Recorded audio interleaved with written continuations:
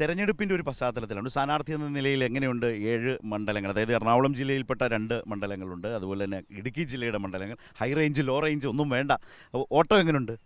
ഇല്ല, ഈ എല്ലാ പ്രദേശങ്ങളിലും പരമാവധി എത്തിച്ചേരുക എന്നുള്ളതാണ് നമ്മളുടെ ഈ തെരഞ്ഞെടുപ്പിൽ ഏറ്റവും വലിയ പ്രധാനപ്പെട്ട ഒരു വെല്ലുവിളി. ഇപ്പം ഞാൻ പാർലമെൻറ്റ് അംഗമായി 2014 മുതൽ കഴിഞ്ഞ് 10 വർഷക്കാലം യാത്ര ചെയ്തും സഞ്ചരിച്ചും നടന്നുമൊക്കെ എനിക്ക് സുപരിചിതമല്ലാത്ത ഒരു വഴികളും ഇല്ലാത്തതുകൊണ്ടും ഈ യാത്ര ഒരു ശീലമായതുകൊണ്ടും വലിയ പ്രതിസന്ധിയില്ല. അപ്പോൾ ഇന്നലെ രാവിലെ നമ്മൾ ആരംഭിക്കുന്നത് മൂന്നാറിൽ നിന്നാണ്. മൂന്നാറിൽ നിന്ന് രാവിലെ ആരംഭിച്ച് വട്ടവടയിൽ പോയി. വട്ടവടയിൽ തിരിച്ച് മൂന്നാറിൽ നമ്മളുടെ അസംബ്ലി നിയോജകമണ്ഡലം കൺവെൻഷനിൽ പങ്കെടുത്തു. അതിനുശേഷം ഉടുമ്പൻചോലയിലെ അസംബ്ലി നിയോജകമണ്ഡലത്തിൽ കൺവെൻഷനിൽ പങ്കെടുത്തു, നെടുങ്കണ്ടത്ത്. അതിനുശേഷം അവിടെ നിന്ന് പോയിട്ട് പീരിമേട്ടിൽ വണ്ടിപ്പെരിയാറിൽ പീരിമേട് അസംബ്ലി നിയോജകമണ്ഡലം കൺവെൻഷൻ തീർന്നതിന് ശേഷമാണ് അവസാന ഘട്ടത്തിൽ അവിടെ എത്തിച്ചേർന്നു. അതിനുശേഷം രാത്രിയിൽ കാഞ്ഞിരപ്പള്ളിയിൽ ഒരു സ്വകാര്യ സന്ദർശനം ഉണ്ടായി. അതും കഴിഞ്ഞിട്ട് തിരിച്ച് ഇന്നലെ വീട്ടിൽ വന്നിട്ട് ആണ് ഇപ്പോൾ രാവിലെ 7 മണിക്ക് നിങ്ങളോടൊപ്പം നിൽക്കുന്നത്. അപ്പോൾ ഇന്നലെ വൈകിട്ട് ഞാൻ ഡ്രൈവറോട് ചോദിച്ചു എത്ര കിലോമീറ്റർ ഓടി എന്ന് ചോദിച്ചു. ഞാനതാ മനസ്സിൽ അപ്പോൾ വൈകുന്നേരം അവൻ ഓഡോമീറ്റർ നോക്കിയിട്ട് പറഞ്ഞത് ഏതാണ്ട് 523 കിലോമീറ്റർ ഇന്നലെ സഞ്ചരിച്ചു. ഞാനൊരു ഒരു ദിവസം ശരാശരി ഒരു 400 കിലോമീറ്റർ ഓടുന്നുണ്ടോ എന്ന് ചോദിക്കാനാണ് വന്നത്. 500-ൽ പരം ഉണ്ടല്ലേ? ഇന്നലെ ഈ കഴിഞ്ഞ ഒരു 3 ദിവസമായിട്ട് എല്ലാ ദിവസവും ഒരു 500 കിലോമീറ്ററോളം ഓടുന്നുണ്ട്. അതായത് എനിക്കൊന്ന് കേരളത്തിലെ സ്ഥാനാർത്ഥികളിൽ അല്ലെ ഏറ്റവും അധികം ഓടേണ്ടി വരുന്നത് ഈ ഇടുക്കിയുടെ ഒരു ഭൂപ്രദേശത്തിൻ്റെ പ്രത്യേകത കൊണ്ട് ഏറ്റവും അധികം ഓരോ പ്രദേശത്തും എത്താൻ ഏറ്റവും അധികം യാത്ര ചെയ്യേണ്ടി വരുന്ന സ്ഥാനാർത്ഥികളാവും ഇവിടെ അല്ലേ? തീർച്ചയായിട്ടും. എൻ്റെ കാര്യം എന്ന് വെച്ചാൽ നമ്മളുടെ ഇടുക്കി റവന്യൂ ഡിസ്ട്രിക്റ്റ് സംസ്ഥാനത്തെ ഭൂവിസ്തൃതി കൊണ്ട് ഏറ്റവും വലിയ ജില്ലയാണ്. അതോടൊപ്പമാണ് എറണാകുളം ജില്ലയിലെ കിഴക്കൻ പ്രദേശമായിട്ടുള്ള മൂവാറ്റുപുഴയും കോതമംഗലവും 2 അസംബ്ലി മണ്ഡലങ്ങളും ഇതിനോട് ചേർത്ത് വെക്കുന്നത്. എൻ്റെ ഭൂവിസ്തൃതിയിൽ ഇടുക്കിയുടെ ഒരു പകുതി ഉണ്ടാവുള്ളൂ എറണാകുളത്ത് 4 പാർലമെൻറ്റ് മണ്ഡലങ്ങളുണ്ട്. എറണാകുളം, പിന്നെ ചാലക്കുടീൻ്റെ 4, കോട്ടയത്തിൻ്റെ 1, ഇടുക്കിയുടെ 2. ആലപ്പുഴ നമ്മുടെ ഉടുമ്പൻചോല താലൂക്കിനേക്കാൾ ചെറുതാണ്. അവിടെയുണ്ട് 3 പാർലമെൻറ്റ് മണ്ഡലം. ആലപ്പുഴയുണ്ട്, കൊല്ലത്തിൻ്റെ കുറച്ചുണ്ട്, മാവേലിക്കരേൻ്റെ കുറച്ചുണ്ട്. അപ്പോൾ ഇത് ഒരു കേരളത്തിൽ ഒരു പക്ഷേ ഈ പാർലമെൻറ്റ് മണ്ഡലത്തിൻ്റെ പകുതിയിൽ താഴെ വലുപ്പേ മറ്റെല്ലാ പാർലമെൻറ്റ് മണ്ഡലങ്ങൾക്കും ഉണ്ടാവും. ചിലപ്പോൾ ഒരു അടുത്ത് വരാൻ സാധ്യതയുള്ളത് ഒരു പക്ഷേ പാലക്കാടാവും.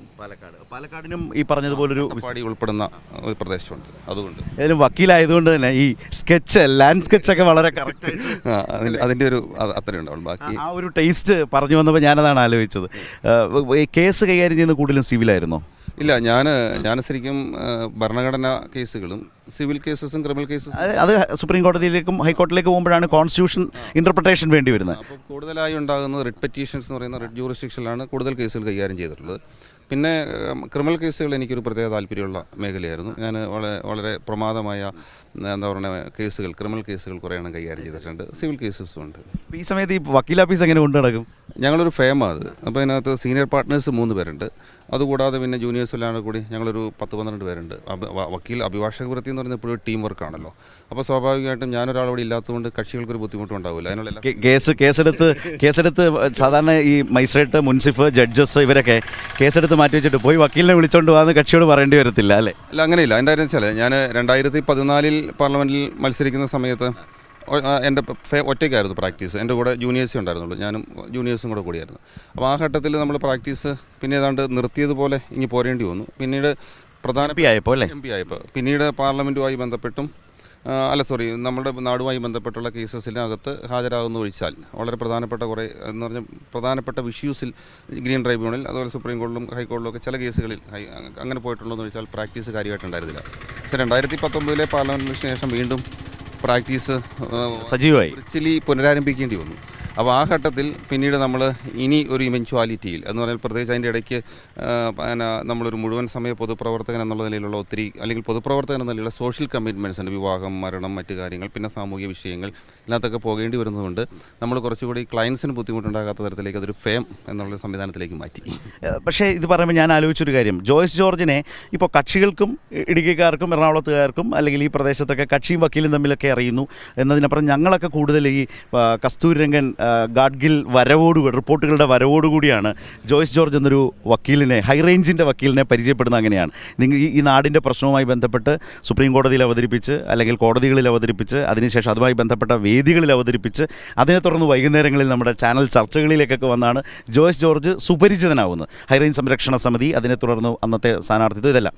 അപ്പോൾ ഒരു പശ്ചാത്തലം ഏതാണ്ട് ആളുകൾക്ക് നമ്മൾ സംസാരിച്ചതെന്ന് മനസ്സിലായി എന്ന് വിചാരിക്കുന്നു. അവിടെ നിന്ന് എനിക്ക് ചോദിക്കാനുള്ളത്, ഇത്തവണത്തെ ഇടുക്കിയുടെ മത്സരത്തിൻ്റെ പ്രത്യേകത മുൻ എം പിയും സിറ്റിംഗ് എം പിയും തമ്മിലുള്ള ഒരു മത്സരമാണ്. പ്രതിപക്ഷ നേതാവ് സിറ്റിംഗ് എം പി ആയിട്ടുള്ള ഡീൻ വികസനത്തിൽ നമ്പർ 1 ആണെന്നാണല്ലോ ഇവിടെ വന്ന് പറഞ്ഞത്. അല്ല അത് ജനമാണ് വിലയിരുത്തുന്നത്. ഒന്നും ഉഷാറായി കേട്ടോ. ഇല്ലില്ല, അല്ല അത് വോട്ടുണ്ടായിരുന്നെങ്കിൽ ഇങ്ങനെ പിടിച്ചിട്ട് അത് ജനമാണല്ലോ വിലയിരുത്തേണ്ടത് ശരത്തെ. ഈ ജനത്തിൻ്റെ കൂടിയാണ് പ്രതിപക്ഷ നേതാവ്. അതെ, ഞാൻ പറയുന്നത് പ്രതിപക്ഷ നേതാവ് പറയുന്നു എന്നുള്ളത് കൊണ്ട് ഒരു കാര്യം വസ്തുതയാക്കപ്പെടുന്നില്ലല്ലോ. അത് ആളുകളാണ് വിലയിരുത്തേണ്ടത്. ഇപ്പോൾ എന്നെ സംബന്ധിച്ച് ഞാൻ പാർലമെൻറ്റ് അംഗത്തിൻ്റെ പ്രവർത്തനത്തെ കാണുന്ന ഒരു വികസനം നടത്തിയ ഒരാൾ എന്നുള്ള നിലയിൽ മാത്രമല്ല, പാർലമെൻറ്റ് അംഗത്തിൻ്റെ പ്രവർത്തനം പാർലമെൻറ്റിന് ഉള്ളിലെ പ്രവർത്തനമാണ് ഏറ്റവും പരമപ്രധാനം. അപ്പോൾ പാർലമെൻറ്റിനുള്ളിൽ നമ്മളുടെ നാടുമായി ബന്ധപ്പെട്ട് നമ്മളുടെ ജനങ്ങളുമായി ബന്ധപ്പെട്ട വിഷയങ്ങൾ അത് കൃത്യമായി ഉയർത്തിക്കൊണ്ടുവരേണ്ടതുണ്ട്. ഇപ്പോൾ നമ്മളുടെ എന്താണ് നാട് എന്നുള്ളതുകൊണ്ട് ഉദ്ദേശിക്കുന്ന ഇടുക്കി ഈ ചെറിയ ഒരു പരിസരമല്ല. ഒരു പാർലമെൻറ്റ് അംഗം എന്ന് പറയുമ്പോൾ രാജ്യത്താകമാനം ഉണ്ടാകുന്ന എല്ലാ പ്രശ്നങ്ങളോടും നമ്മൾ കൃത്യമായി നിലപാടുകൾ എടുക്കുകയും പ്രതികരിക്കുകയും ചെയ്യേണ്ടി വരും. ഇപ്പോൾ മതന്യൂനപക്ഷങ്ങൾ, ദളിതർ ഉൾപ്പെടെയുള്ള ആളുകൾ ആക്രമിക്കപ്പെടുക, നമ്മളുടെ മതനിരപേക്ഷതയിലും ജനാധിപത്യത്തിലും അധിഷ്ഠിതമായ ഭരണഘടന, ആ ഭരണഘടനാ ധാർമ്മികതയ്ക്കും ഭരണഘടനാ തത്വങ്ങൾക്കും എതിരായുള്ള പ്രവർത്തനങ്ങൾ അല്ലെങ്കിൽ നടപടികളിലേക്ക്, നിയമനിർമ്മാണങ്ങളിലേക്കും മറ്റ് നടപടികളിലേക്കൊക്കെ പോകുമ്പോൾ അതിനെ ശക്തിയുക്തം പാർലമെൻറ്റിൽ എതിർക്കേണ്ടതുണ്ട്.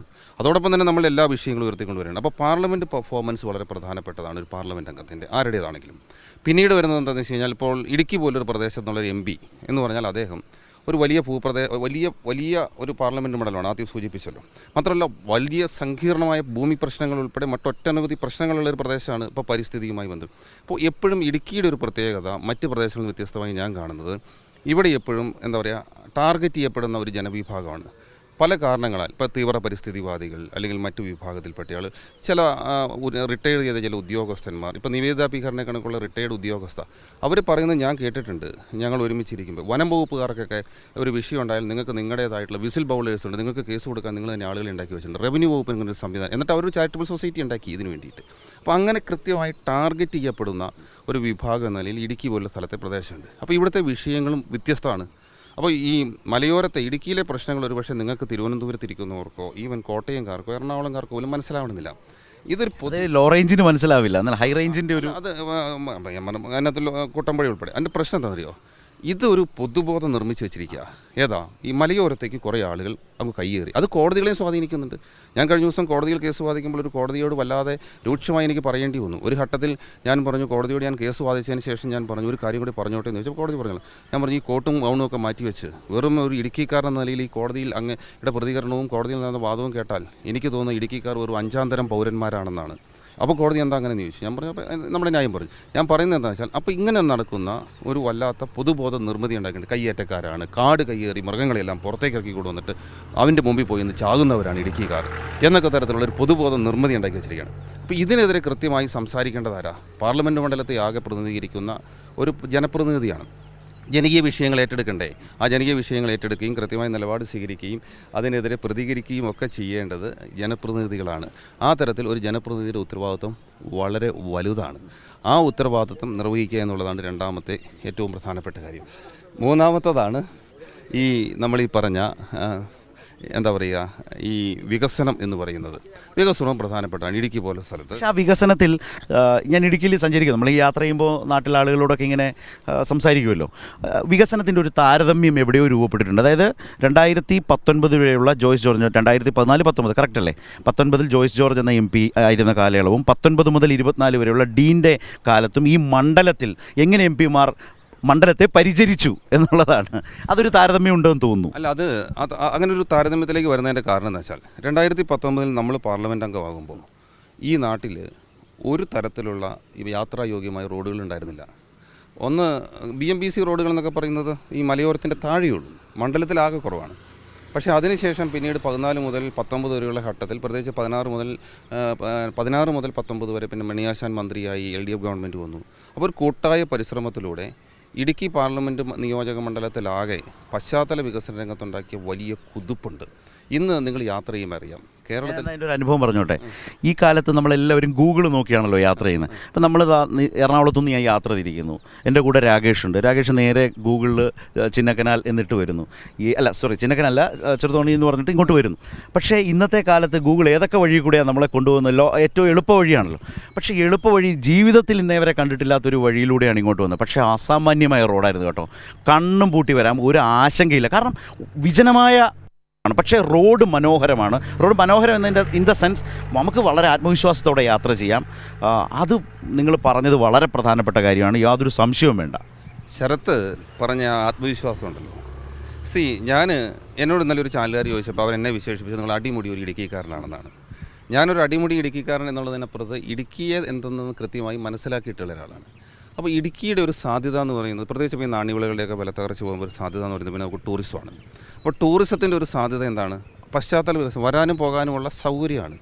അപ്പോൾ ആ ഒന്ന് ആളുകളുടെ കംഫർട്ടാണ് ടൂറിസത്തിൻ്റെ ഏറ്റവും പ്രധാനപ്പെട്ടത്. അപ്പോൾ യാത്ര ചെയ്യാനുള്ള കംഫർട്ട്, പിന്നെ മറ്റ് നമ്മളുടെ കാഴ്ചകളുടെ സാധ്യതകളും അനുഭവങ്ങളും എല്ലാം കൂടെ കൂടുന്നതാണ് ടൂറിസം. മികച്ച റോഡുണ്ടെങ്കിൽ മാത്രമേ ആളുകളും വരിക കൂടുന്നതാണ് ടൂറിസം. അപ്പോൾ നമ്മൾ ആ ടൂറിസത്തിലേക്ക് എത്തിക്കാൻ വേണ്ടിയിട്ട് ആദ്യം അതിൻ്റെയൊക്കെ ഭാഗമായി പിന്നെ മലയോര ജനതയുടെ ഈ യാത്രയുമായി ബന്ധപ്പെട്ട് നമ്മൾ അതിനകത്ത് ആദ്യം ചെയ്തൊരു കാര്യം എന്താ, പശ്ചാത്തല വികസന രംഗത്ത് ഇടപെടൽ നടത്തുക. ഇപ്പോൾ സെൻട്രൽ റോഡ് ഫണ്ട് അങ്ങനൊരു സാധനം CAG റിപ്പോർട്ടാണ്. ഇടുക്കി ജില്ലയിൽ സെൻട്രൽ റോഡ് ഫണ്ട് ഒരു രൂപ പോലും ചെലവഴിച്ചിട്ടില്ല എന്ന് 2014 CAG റിപ്പോർട്ട് എടുത്ത് എൻ്റെ കയ്യിൽ തരുന്നത് അന്നത്തെ ദേശീയപാത വിഭാഗത്തിലെ സൂപ്രണ്ടിംഗ് എഞ്ചിനീയറായിരുന്ന മിസ്റ്റർ പ്രഭാകരനാണ്. എന്നിട്ട് എന്നോട് പറഞ്ഞു, സാർ ഇതൊന്ന് ശ്രദ്ധിക്കണമെന്ന് പറയുന്നു. അപ്പോൾ അതിനു മുമ്പ് അങ്ങനെ സംഭവിക്കേണ്ടായിട്ടില്ല. നമ്മൾ കൃത്യമായി ഇടപെടുന്നു. 14 മുതൽ 16 വരെയുള്ള ഘട്ടത്തിൽ അന്നത്തെ സംസ്ഥാന ഗവൺമെൻറ്റിൻ്റെ ഭാഗത്ത് സഹകരണം ഉണ്ടായില്ല. പക്ഷേ പിന്നീട് LDF ഗവൺമെൻറ് വന്നു 16-ന് ശേഷം. നിങ്ങൾ നോക്കൂ, 11 സെൻട്രൽ റോഡ് ഫണ്ട് CRF റോഡുകൾ ഈ പാർലമെൻറ്റ് മണ്ഡലത്തിൽ നമ്മൾ ഉണ്ടാക്കി. അതെല്ലാം BMBC നിലവാരത്തിലുള്ള നല്ല ടാറിങ്ങാണ്. അതിലൊരു റോഡിലൂടെ ആയിരിക്കും ഒരു പക്ഷേ നിങ്ങൾ യാത്ര ചെയ്തിട്ടുണ്ടാവുക. അപ്പോൾ ഞാൻ കഴിഞ്ഞ ദിവസം പറഞ്ഞു, എനിക്ക് തോന്നുന്നു ആ കഞ്ഞിക്കുഴിയൊക്കെ വഴി വരുന്ന ഒരു റോഡാണ് പാർലമെൻറ്റ് മണ്ഡലത്തിൻ്റെ അങ്ങ് അതിർത്തി. അതായത് നമ്മുടെ മൂവാറ്റുപുഴയിൽ നിന്ന് എയർപോർട്ടിൽ നിന്ന് വരുവാണെങ്കിൽ ഒരു വഴിക്ക് വന്നാൽ പെരുവമ്പുഴി പാലം, മറുവശത്ത് വന്നു കഴിഞ്ഞാൽ നമ്മളുടെ ഇവിടെ കോട്ടപ്പടി കഴിഞ്ഞ് വരുന്ന സ്ഥലം, നമ്മുടെ കുറുപ്പമ്പടി കഴിഞ്ഞ് വരുന്ന സ്ഥലം, അവിടെ മുതൽ ഇങ്ങോട്ട് എടുത്താൽ ഈ പാർലമെൻറ്റ് മണ്ഡലത്തിൻ്റെ എല്ലാ ഭാഗങ്ങളിലേക്കും 8 കാലി വല നെയ്യുന്നത് പോലെ നമ്മൾ ഈ സെൻട്രൽ റോഡ് ഫണ്ടും ഒക്കെ ഉപയോഗിച്ച് റോഡ് ഉണ്ടാക്കി വെച്ചിട്ടുണ്ട്. അപ്പോൾ അത് ആളുകളുടെ നേരെ അനുഭവമാണ്. അതുകൊണ്ട് കൂടിയാവാം അല്ലേ ഇപ്പോൾ 2018 ഏറ്റവും അധികം റോഡുകൾ തകർന്ന ഒരു പ്രദേശം എന്ന് പറയുന്നത് ഇടുക്കിയാണ്. അല്ല, 2018 ഇടുക്കി ജില്ല തകർന്ന് തരിപ്പണമായിപ്പോയി. അപ്പോൾ അതിനകത്ത് ആ ഘട്ടത്തിലാണ് സെൻട്രൽ ഫണ്ട് ഉപയോഗിച്ചുകൊണ്ട് നമ്മൾ കുറേ പ്രവർത്തനം നടന്നത്. പിന്നെ സംസ്ഥാന ഗവൺമെൻറ്റുമായി ബന്ധപ്പെട്ട അന്നത്തെ MPയും അന്നത്തെ മന്ത്രി മണിയാശാനും ഇവിടുത്തെ MLA-മാരും ഒക്കെ ബന്ധപ്പെട്ടുകൊണ്ട് ഒരു നേതൃത്വപരമായി ആ കൂടെ നിന്ന് പ്രവർത്തിക്കാൻ സാധിച്ചു. ഈ നമ്മൾ നിൽക്കുന്ന ഈ പാലം പൂർണ്ണമായും 2018 പ്രളയത്തിൽ ഒളിച്ചു പോയതാണ്. തടിയമ്പാട് ചപ്പാത്ത്. അതിനുശേഷം പിന്നീട് ഇത് പുനർനിർമ്മിക്കുന്നതാണ്. ഇത് പിന്നീട് പുനർനിർമ്മിച്ചെടുത്തതാണ് ഈ പാലവും ഈ റോഡും ഒക്കെ.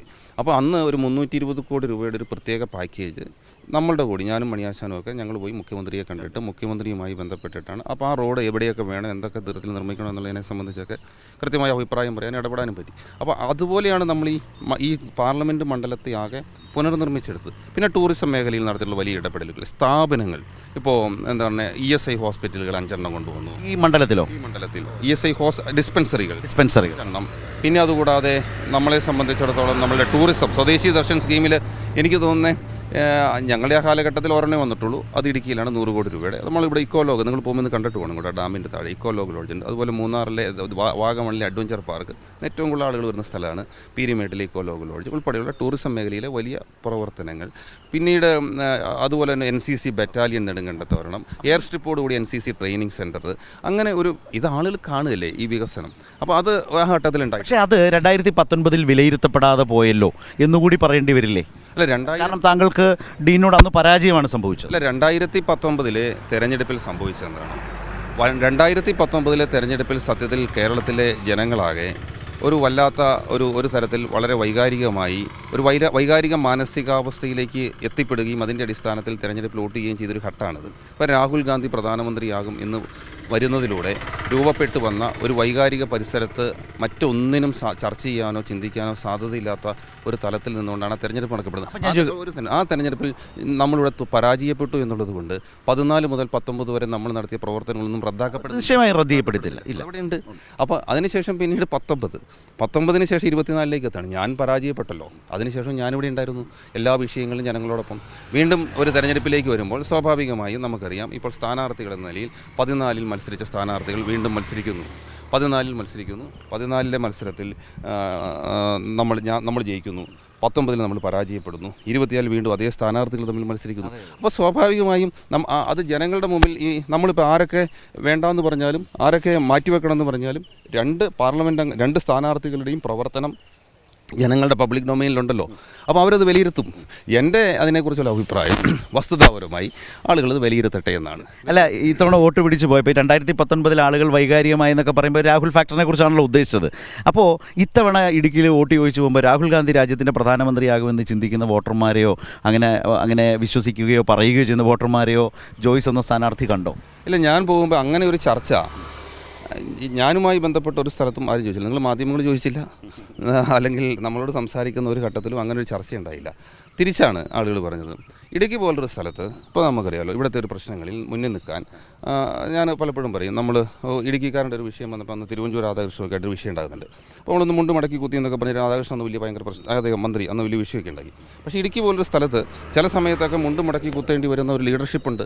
അതിനെ ആളുകൾക്ക് അനിവാര്യമാണ്. കാരണം വെച്ചാൽ ഞാൻ പറഞ്ഞല്ലോ, ഒരു അടിമുടി ഇടുക്കിക്കാരെന്നുള്ളതിലേക്ക് ജനങ്ങൾ ആഗ്രഹിക്കുന്ന, ജനങ്ങൾ പറയാൻ ആഗ്രഹിക്കുന്ന, ചെയ്യാൻ ആഗ്രഹിക്കുന്ന കാര്യങ്ങൾ അതിന് നേതൃത്വം നൽകാൻ പറ്റുന്ന തരത്തിലേക്ക് ഒരാൾ ഇടുക്കിയിൽ നിന്ന് ഉണ്ടായേ പറ്റൂ. അത് ആളുകളുടെ ആവശ്യമാണ്. അത് ഇടുക്കിക്കാരെന്നുള്ളതിലേക്ക് എൻ്റെ കൂടി ആവശ്യമാണ്. അതിന് അവസാനത്തെ ഉത്തരം ജോയിസ് ജോർജ് ആണെന്ന് ചോദിച്ചാൽ അല്ല, അങ്ങനെ ഒരാളുണ്ടാവണമെന്നേ ഉള്ളൂ. ഇപ്പോൾ സ്വാഭാവികമായും ഒരു പ്ലാറ്റ്ഫോമിൽ മത്സരിക്കാൻ അവസരം കിട്ടിയതും മുന്നിൽ നിൽക്കാൻ പറ്റുന്ന ഒരാൾ ഞാനാണ്. അത് ജനം തീരുമാനിക്കട്ടെ ആരാണ് അതിന് പറ്റിയ ആളെന്ന്.